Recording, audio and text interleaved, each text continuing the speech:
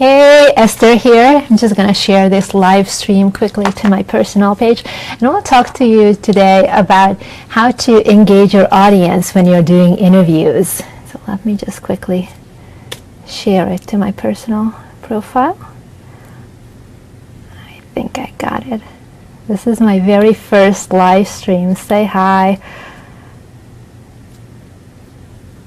Let's see.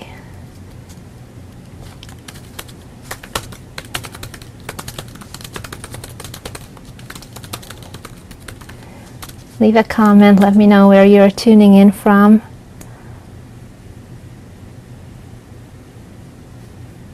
I think I got it. Let's see. Yay, there it is. Hi, Esther here, and this live stream today is about how to engage your audience when you're doing interviews.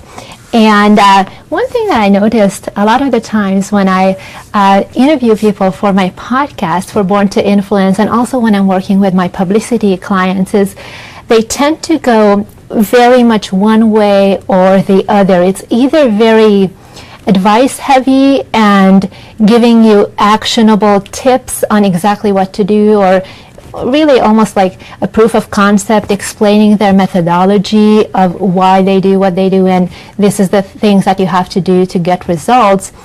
Or they tend to go very much into stories and talking about their journey as an entrepreneur and you know, how they came to do what to do, and they're very much on the motivational side or inspiring people, which is really cool and interesting. But at the end of the day, if you are on the other side and you're someone who is listening, you don't necessarily feel like you really got true value that you can implement in your business.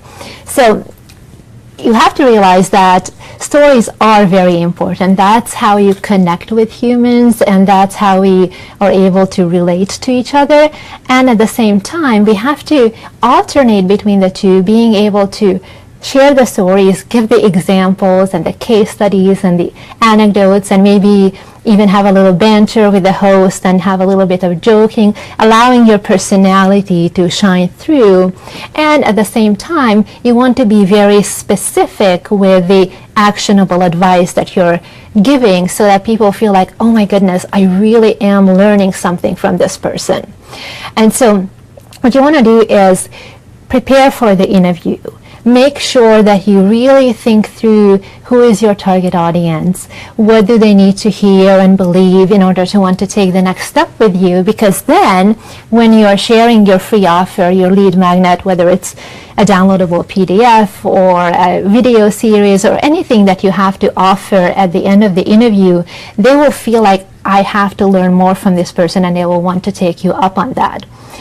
It's easy to sort of be a little bit passive in an interview where you're kind of answering questions, and the host may be good, they may not be that good. It just depends on their experience level and also, you know, their personality. So you have to play with that. And so what you want to do is just remember to never dodge any questions. Really honor the style of the show and be sure that you are answering everything that they are asking you, and at the same time be intentional with how you're going to answer. So if they ask you a specific question, you state what your answer is, and you say that and, or by the way, or this reminds me of, and then you weave in either a story or an example or a tip or an advice, something that the listeners can really feel like, wow, this person is very charismatic, they're engaging, and they really know their stuff. And what that does then, it allows you to build rapport and a relationship not only with your host but with your audience, and make sure that they just not only start following you but really look at you as an authority. Hey Dania, hey John, just seeing here who joined. Thank you for the hearts. So you just want to make sure that you're making it both ways, giving advice and at the same time giving the examples and the case studies and the stories as well.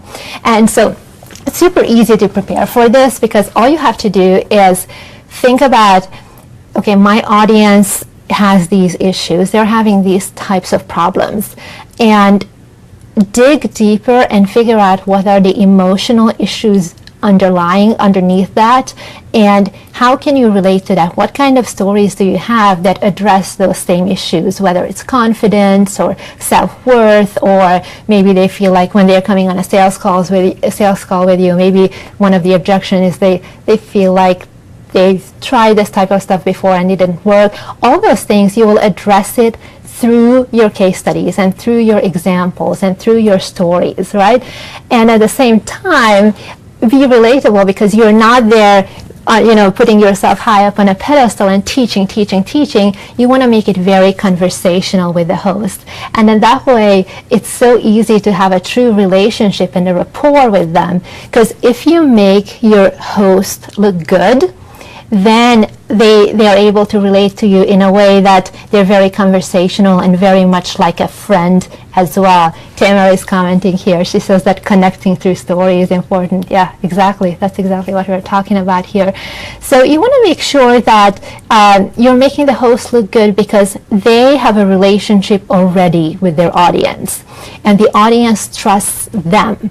And so when the audience feels that this host trusts you and they look up to you and you guys are getting along great and they're truly endorsing you and truly recommending you, that trust transfers to you as well. And then of course there is your own personality and everything that you are bringing to the table that will help that as well. But it's very difficult if you're just A-B, or just answering questions and not adding anything to move the conversation forward. Now, if you're being interviewed on podcasts, for example, it's sometimes a little bit tricky to be able to get into that flow because they have preset questions. But if that's the case, if they have specific questions that they always ask from each guest, or that is specifically for you, they will let you know ahead of time. They'll email you that these are some of the things that we would like to talk about. And so you will have an opportunity to prepare for that and just think through just a little bit that, yeah, if they ask me this, I'm just going to say that these are the 3 things that you need to do great Facebook ads, or whatever the question is, right? And then weave in a case study, or weave in a story that you had with one of your clients or in your own business. Anything that can help make it more lively so that you're able to make that interview richer. Because there will be a ton of people who are listening to that show that maybe is asking very much structured questions, and it has a similar flow every time. And you as a guest will stand out if you're able to brighten up that interview by making it a little bit different and bringing in your personality and giving both actionable advice and stories. And another thing that you want to do is seed your offer throughout the interview. So, for example, if you have a book to give away, or a cheat sheet, or a video series, or a webinar, whatever it is, don't wait until the last minute when they ask, where can we learn more about you, and then you give your website, and oh, by the way, I have a free gift. That works too, but if you can frame it in a way where you're speaking to the problems that particular freebie solves, and see that in the interview, that, one of the biggest things that I see people have with such and such issue is this, and you explain how to take care of that. Oh, and by the way, we actually even prepared a whole guide around that to help people with that. Now, unless the host at that point asks you that exactly how to get that guide, don't start pitching it right then and there, but just seed it, mention it once or twice throughout the interview, and then when it comes to the end, when they're asking where can we learn more from you, or how can we learn more about you, then you give your website, and that's when you will also be able to give your freebie. And by the way, this is what we talked about, and here is even more help around that, and here's how to get it. Doc is asking, does my podcast count as my freebie? Well, it could, if that's the business that you're building, that you don't have really anything else, a service or a product that you're offering, and you're looking to just grow your show and you're looking to maybe monetize it through sponsorships or affiliate deals that you are mentioning on the show, then you could mention the podcast, because one of the best ways actually to grow a podcast is to be a guest on other people's shows and other people's podcasts, because then you don't have to overcome the whole, what is a podcast? I don't understand what it is. So yeah, it could count, but you say that's the case. That's perfect. So yeah, absolutely do mention your podcast. What I would do is I would still, if I were you, put together some kind of a landing page with a very simple freebie so that you can collect their email addresses. Because if they go to iTunes to find your show, you have no way of contacting them directly. All you can do is just put out new episodes, but you don't own anything. You don't have really an asset. Whereas if you build an email list, then you will be able to email them all the new shows that you're bringing out, and that way you're growing your audience. Hey, Aaron. That way you're growing your audience in a way that is more in your control. All right, let me know if you have any other questions. This is all I wanted to share today. So remember to do both stories and case studies and examples, actionable advice. Seed your offer throughout your interview and take it upon yourself to be responsible for the success of the interview. Don't feel like, oh, well, this podcaster or this interviewer wasn't very good, or I didn't like the questions. Doesn't matter. It's your job to shine, and you can do it. All it takes is just think through what your audience needs to hear and believe in order to want to take the next step with you.